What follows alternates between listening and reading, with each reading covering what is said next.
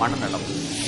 இந்த மனநலம் அப்படின்னா என்ன, இது எப்படி இருக்கும் அப்படின்னா, மனக்கோளாறு இல்லாமல் இருப்பதுதான் மனநலம். இன்னும் சிம்பிளா சொல்ல போனா, தனக்கும் பிறருக்கும் மகிழ்ச்சியும் பயனும் விளைவிக்கூடிய தன்மை யாருக்கு இருக்கிறதோ அவங்கதான் மனநலம் உள்ளவர்கள் அர்த்தம். இன்னைக்கு நம்ம மனநலம் சொன்னாவே நான் என்ன மென்டலா அப்படின்னு கேட்டுட்டு இருக்கோம். அது கிடையவே கிடையாது. என்ன டெபினிஷன் சொன்னா, தனக்கும் பிறருக்கும் மகிழ்ச்சியும் பயனும் விளைவிக்கூடிய எந்த செயல் யார் இருக்கிறதோ அவர்கள் மனநலம் மிக்கவர்கள் அப்படின்னு அர்த்தம். சோ இது இன்னும் சொல்ல போனோம்னா, வாழ்க்கையில எல்லா நிலையிலுமே பொருத்தத்துடன் செயல்படுதல். எந்த நிலையிலும் தனக்கு பொருத்தம் இல்ல அப்படின்னு விலகி கொள்ளாமல் எல்லா சூழ்நிலைகளிலும் பொருத்தத்துடன் யார் செயல்படுறாங்களோ அவர்கள் தான் மனநலம் உள்ளவர்கள் அப்படின்னு அர்த்தம்.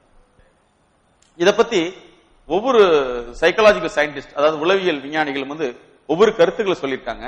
அதுல ஹேட்ஃபீல்ட் அப்படிங்கிற என்ன சொல்றாருன்னா, ஒருத்தருடைய பர்சனாலிட்டி நிறைவான பர்ஃபெக்ஷனா, அதே மாதிரி அட்ஜஸ்டபிளா இசைவான முறையில செயல்பாடு இருக்கிறதா அவரு மனநலம் உள்ளவர் அப்படிங்கிறார்.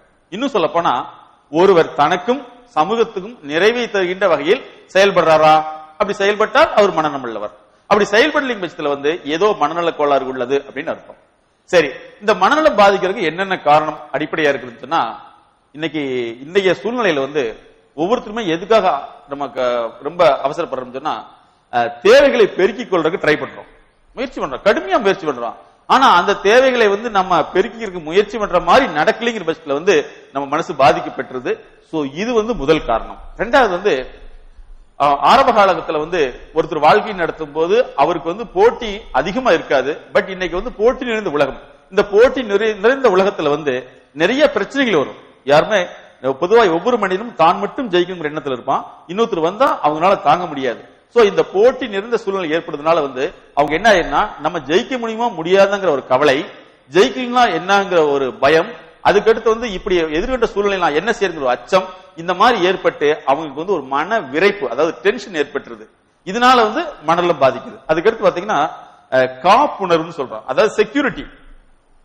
எல்லாமே வாழ்க்கையில ஒரு பாதுகாப்பா இருந்தால் மட்டுமே சந்தோஷமா இருக்க முடியும். அந்த பாதுகாப்புக்கு பங்கம் விளையக்கூடிய செயல்கள், ஒருவேளை வேலை இல்லாம போகலாம், சரியான வருமானம் இல்லாம போகலாம், வியாபார தோல்வி ஏற்படலாம், வியாபாரம் இல்லாம இருக்கலாம். இந்த மாதிரி இருக்கும்போது தனக்கு ஒரு பாதுகாப்பு இன்மை அப்படிங்கிற அச்ச உணர்வு ஏற்படுது. இதனால மனநலம் பாதிக்குது. சரி, இப்ப மனநலம் பாதிக்காம ஒருத்தர் இருக்காரு, அவருக்கு மனநலம் நல்லா இருக்குன்னா எப்படி தெரிஞ்சுக்கிறது? சிம்பிள். யாரெல்லாமே யதார்த்தத்தை ஏற்றுக்கொள்கிறார்களோ, ஒரு தோல்வி நடக்குது அப்படின்னா தோல்விங்கிறது வாழ்க்கையில ஒரு பார்ட் அப்படின்னு நினைச்சுக்கிறோம். அதே மாதிரி வெற்றி, ஐயோ நான் வெற்றி அடைஞ்சு சொல்லி எஸ்டிமேட்ல போகாம ஒரு வாழ்க்கையோட யதார்த்தத்தை யாருனால் ஏற்றுக்கொள்ள முடியுதோ அவர்கள் வாழ்க்கையில அவருடைய மனநலம் நல்லா இருக்குன்னு அர்த்தம். மனநல பாதிப்பிலிருந்து உண்மை நிலையை அறிந்து வந்துருவாங்க. சோ மனநல பாதிப்பு இல்லாதவர்கள் உண்மை நிலை இதுதான் சொல்லிட்டு தெரிஞ்சுக்கிட்டு வெளியில வந்துருவாங்க. சரி, அடுத்து இன்னொரு கேரக்டர் என்னன்னா, பிரச்சனைகளை கண்டு பின்வாங்காமல் தீர்வு காண முற்படுதல். இப்ப பிரச்சனை வந்துருச்சு, என்ன செய்யறது?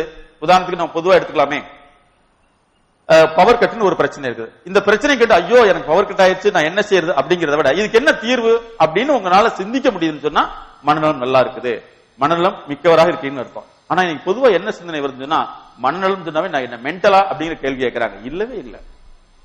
மனநலம்ங்கிறது மென்டலும் அப்படின்னு நீங்க நினைக்க வேண்டியதில்லை. இந்த மாதிரி சூழ்நிலைகள் உங்களால சமாளிக்க முடிந்தால் நிச்சயமாக நீங்க மனநலம் உள்ளவர்கள் அர்த்தம். அப்படி இல்லைங்கிற பட்சத்துல உங்களுக்கு ஏதோ மனநலத்தில் ஒரு பாதிப்பு ஏற்பட்டுள்ளது அப்படின்னு பொறுத்தோம். சரி, இதனால உங்களுக்கு மனநலம் நல்லா இருந்ததுன்னா உங்களுக்கு என்னென்ன நன்மை கிடைக்கும்னா, உங்களால அமைதியா வாழ்க்கை பீஸ்ஃபுல்லா நடத்த முடியும். அப்புறம் உங்களோட சந்தோஷமா இருக்கு, ஹாப்பியஸ்ட் லைஃபா வாழ முடியும். அப்புறம் உங்களுடைய குறை என்ன, சரி எங்கிட்ட எது நிறைவா இருக்குது அப்படிங்கறத உணர முடியும். பல பேருக்கு தங்கிட்ட என்ன இருக்குது எது இல்லைங்கிறதே புரிஞ்சுக்க முடிய மாட்டேங்குது. இன்னைக்கு எம்ப்ளாய்மெண்ட்ல கேட்டோம்னா, எனக்கு இந்த வேலை வேணும்னு கேட்கறாங்க. சரி, அதுக்கு உண்டான வேலை தகுதி இருக்குதா அப்படின்னா இல்லவே இல்லை, குறையை தெரிஞ்சுக்க முடியல. அதே மாதிரி சரி சார் எனக்கு இந்த வேலை கிடைச்சா போதும் சார், சின்ன வேலை கிடைச்சா போதும், சரி ஆனா படித்தது அதிக படிப்பா இருக்கும். ஏன் உங்களால அதிக படிப்பு உங்களுடைய நிறைய புரிஞ்சுக்க முடியல. சோ அப்படி புரிஞ்சுக்க முடியலனாலும் மனநலம் பாதிக்கப்பட்டுன்னு அர்த்தம். அதுக்கடுத்து இவங்களுடைய கேரக்டர் என்ன தெரியுமா, பிறரோட ஃப்ரெண்ட்ஷிப்பா பழகுவாங்க, அவங்களுடைய சண்டைகள் வராது, அவங்களுடைய முரண்பாடுகள் கொள்ள மாட்டாங்க, அவங்களுடைய ஒரு பிளெக்சிபிளா நடந்துக்கிறாங்கன்னா அவங்களால நிச்சயமாக மனநலம் உள்ளவராக இருக்கிறாங்கன்னு அர்த்தம். அப்புறம் ஒரு செக்யூரிட்டி ஃபீலிங், நான் அமைதியான இடத்துல அல்லது நான் ஒரு பாதுகாப்பா, நான் அச்ச உணர்வு இல்லாம சேஃப்டி கம்ஃபர்டபிள் ஜோன்ல இருக்கிறேன் அப்படின்னு அவங்களுக்கு தோணும். அது இல்லாம இவர்களுடைய 5வது கேரக்டர் என்ன தெரியுமா? அவங்களுடைய செயல்பாடு குறிக்கோளோட இருக்கும். குறிக்கோளுடைய செயல்பாடு இருக்கு. அவங்க எப்பவுமே வந்து எய்ம் பேஸ்ட் லைஃபா இருக்கும். அவங்க லைஃபே வந்து பேஸ்ட் ஆன் த எய்மா இருக்கும். இது மனநலம் நல்லா இருந்தா. இப்ப ஒருத்தர் வந்து நினைக்கலாம் வேலைக்கு போறாங்க ஆனா போகிறதே கிடையாது, எப்ப பார்த்தாலும் ஜாலியா சுத்திட்டு இருக்காங்க, என்டர்டைன்மெண்ட் பண்ணிட்டு இருக்காங்க அப்படின்னாவே வந்து அவங்க வாழ்க்கையில குறிக்கோள் இல்ல. அப்ப குறிக்கோள் இல்லைங்கிற பட்சத்துல வந்து ஏதோ ஒரு உள பாதிப்புகள் இருக்குதுங்கிறத நம்ம புரிஞ்சுக்கணும். அப்புறம் இவங்களுடைய ரியாலிட்டி லைஃப், இன்னைக்கு நம்ம அதிகமா பேரண்ட் எல்லாம் என்ன சொல்றோம், எல்லாமே என்ன செய்யறாங்கன்னா, சார் எப்பவுமே ஏதோ ஒரு கற்பனையில இருக்கான், இவனால எது செய்ய முடியாதோ அதை செஞ்சுக்கிட்டே இருக்காங்க, இதுக்கு என்ன செய்யறதுன்னு தெரியல அப்படிங்கிறான். இன்னொரு விஷயத்த புரிஞ்சுக்கணும், இது வந்து வயசு வித்தியாசமே கிடையாது. இது சின்ன குழந்தை பெரியவங்க அப்படின்னு கிடையாது. எப்படி வந்து உடல் நலமோ அதே மாதிரி மனநலம்ங்கிறது அவசியம். அதனால நம்முடைய மனநலம் அப்படிங்கிறது என்னது இன்னும் தெரிஞ்சுக்கிட்டா இன்னும் நம்மளால செயல்பட முடியும். அப்படி குறைபாடு உள்ளவர்களுக்கு நம்மளால உதவி செய்ய முடியும். ஆகவே இந்த ரியாலிட்டி லைஃப்ல வந்து அவங்க வாழ்வாங்க, கற்பனை விஷயத்துல வந்து போக மாட்டாங்க, உண்மை எதுன்னு அவங்களால ஏற்றுக்க முடியும். சோ இப்படி இருந்தா அவங்களுடைய மனநலம் நல்லா இருக்குன்னு அர்த்தம். அதுக்கடுத்து பாத்தீங்கன்னா சமய நெறி, சமுதாயத்துடைய முதிர்ச்சி, இதுல ரெண்டுமே அவங்க நல்லா இருப்பாங்க. அவங்களுடைய பின்பற்றக்கூடிய சமயம் எதுவாக இருந்தாலும் சரி, அதே சமயத்துல இருந்து சமநெறி, எல்லா இடத்துலயுமே வந்து பார்சியாலிட்டி பார்க்காம வந்து ஈக்குவாலிட்டியா பார்க்கக்கூடிய மனநிலையும், அதே மாதிரி சமுதாயத்துல வந்து முதிர்ச்சி உடையவனா சமுதாயத்துல வந்து ஒரு தனி அங்கம் வாங்கிக்கணும் அவங்களால வாழ முடியும். அப்படி இருந்தா அவங்களால மனநலம் உள்ளவராக இருக்கிறாங்கன்னு அர்த்தம். அதுக்கடுத்து வந்து மனநலம் மிக்கவருடைய பண்புகளை நம்ம பார்த்தோம். சோ இந்த மனநிலவியல் அப்படிங்கறத பத்தி இன்னும் சிம்பிளா சொல்ல போனோம்னா, மனக்கோளாறுகள் ஏற்படாமல் தடுக்கவும், மனநலத்தை வந்து பேணி மனநோயிலிருந்து விடுபட செய்து செயல்படும் அறிவியல் சொல்லலாம். சோ மனநிலை இருப்பதுக்கு ஒரு நல்ல டெபினிஷன் கொடுக்கலாம்னா, மனக்கோளாறுகள் ஏற்படாம, இப்ப நம்ம மேற்பட்ட காரணங்களால, நம்ம மேல சொன்ன காரணங்களால மனக்கோளாறுகள் ஏற்படாம இருக்கணும். அதே சமயத்துல வந்து ஹெல்த் மெயின்டெனன்ஸ் மாதிரி வந்து மைண்ட் மெயின்டெனன்ஸ் பண்ணணும். அதை செய்யக்கூடிய ஒரு அறிவியல் தான் மனநலவியல் சொல்லணும். சரி, மனக்கோளாறுகள் ஏற்படாம இருக்கணும், அதே சமயத்துல வந்து ஹெல்த் மெயின்டெனன்ஸ் மாதிரி வந்து மைண்ட் மெயின்டெனன்ஸ் பண்ணணும். அதை செய்யக்கூடிய ஒரு அறிவியல் தான் மனநலவியல் சொல்லணும். சரி, இந்த இன்னும் சிம்பிளா இதை சொல்லணும்னா, மனநலம்ங்கிறது வந்து அடைய வேண்டிய இலக்கு அவங்களுக்கு தெரியும். மனநலவியல் அப்படிங்கிறது வந்து மனநலம் அடைவதற்கான வழிமுறை, இதுதான். சரி, இப்ப வந்து மனநலம் வந்து எங்கிருந்து தேவை அப்படின்னா, பேசிக்கா வந்து ஸ்டூடெண்ட் இருந்து இருந்தா ரொம்ப நல்லா இருக்கும். ஏன்னா ஒரு எதிர்கால இந்தியாவை உருவாக்கக்கூடியவங்க மாணவர்கள் தான். அதனால வந்து உலக சமுதாயம் சிறப்புட வேணும் அப்படிங்கறதுக்காக வந்து எங்கிருந்து ஸ்டார்ட் பண்றோம்னா மாணவர்களுக்கு இருந்து. அப்ப மாணவர்களுடைய மனநலம் எப்படி எல்லாம் இருந்தா நல்லா இருக்கும் அப்படின்னா, இன்னைக்கு வந்து கட்டுப்பாடுகள் ஒரு மாணவருக்கு அவசியம் தான். ஆனா அதே கட்டுப்பாடு தேவையில்லாம இருக்கக்கூடாது. தேவையில்லாமல் கட்டுப்பாடுகள் நீக்கினா அவங்களால வந்து ஃப்ரீயா பழக முடியும், ஃப்ரீயா பேச முடியும். சோ அதனால அவங்களுடைய மைண்ட் வந்து மனசு வந்து ஈஸியா ஃபங்க்ஷன் ஆகும், அதாவது மனநலம் மேம்படும். அப்புறம் வசதி இல்லாம அவங்களை வந்து முடக்கிறத விட அடிப்படையான வசதிகள் என்னன்னு தேர்ந்தெடுத்து அந்த வசதிகளை வந்து செய்யறது மூலமா ஒரு மாணவருடைய மனநலம் அதிகமாகும்.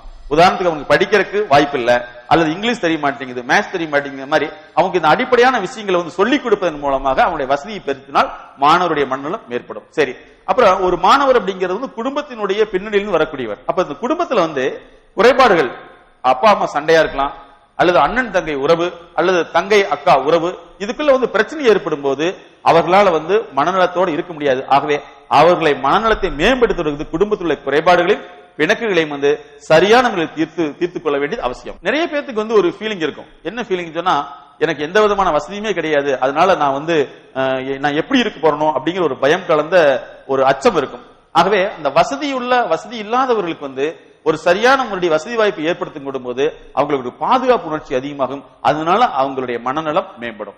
அதுக்கடுத்து வந்து இதை எப்படி எடுத்துக்கலாம்னா, இப்ப நம்ம சொல்லக்கூடிய விஷயம் எல்லாம் வந்து எல்லா மாணவருக்கும் ஒரே மாதிரி சொல்ல முடியாது. ஏன்னா ஒவ்வொரு மனிதனும் தனியால் வித்தியாசப்படுறவன். ஒரு உடல்ல வந்து எல்லா உறுப்புகள் ஒரே மாதிரி இருந்தாலும் காம்பினேஷன், பிளட்டோட காம்பினேஷன் சரி, பிளட் குரூப் சரி மாறுபடுவது போல தனிமாலினுடைய வேறுபாடுகள் வந்து அதிகமா இருக்கும். ஆனா அதை வந்து நம்ம கணக்கில் வச்சுட்டு தான், மனசுல வச்சுக்கிட்டு தான் இந்த வேலையை செய்யணும். அப்புறம் சரி, இதுல அடுத்து என்ன செய்யலாம் மாணவர்களுடைய மனநலம் மேம்படுறதுக்கு அப்படின்னு சொன்னா, அவங்களுடைய பாடத்தோட இணை செயல்கள், அதாவது கோ கரிக்குலர் ஆக்டிவிட்டிஸ் ஆட் பண்ணலாம். அதே மாதிரி ஆசிரியருக்கு மாணவருக்கு சரியான உறவுகள் இருக்குதா அப்படின்னு பார்க்கலாம். அப்படி உறவு இல்லாத போது அவருக்கு நல்லுறவை ஏற்படுத்துறதுக்கு நம்ம அவசியமான ஒரு பயிற்சியில கொடுக்கிறோம். அதுக்கடுத்து வந்து இன்னைக்கு தேர்வு முறை அப்படிங்கிறது பாத்தீங்கன்னா, இன்னைக்கு ஒரு பெரிய மாணவர்களுக்கு 9th இருந்து ஸ்டார்ட் ஆயிடுது. என்ன, 10th மார்க் எடுத்தா தான் வாழ்க்கை, இல்லைன்னா வாழ்க்கையே இல்ல. +2 மார்க் எடுத்தா தான் வாழ்க்கை, இல்லைன்னா இல்லவே இல்ல. இன்ஜினியரிங் டாக்டர் மட்டும் தான் வாழ்க்கை அப்படின்னு விட்டு ஏதாவது ஒன்ன வந்து நிர்பந்தப்படுத்தி அதன் அடிப்படையில் தேர்வு அணுகிறதுனாலதான் அவங்களுக்கு வந்து பயங்கர பிரஷர் ஏற்படுது. அதனால தேர்வு முறையை வந்து சரியான முறையில் சீர்திருத்தம் செய்யறதுனால அவர்களுடைய மனநலம் மேம்படும். சோ இதெல்லாமே வந்து நம்ம சரியான முறையில் செய்யும் போது நிச்சயமாக நாம் வெற்றியாளரை உருவாக்க முடியும். அப்படிங்கறதோடு நாம் பெரிய முயற்சிகளை, மனநலத்தை மேம்படுவதற்காக பெரிய முயற்சிகளை செய்ய வேண்டும்.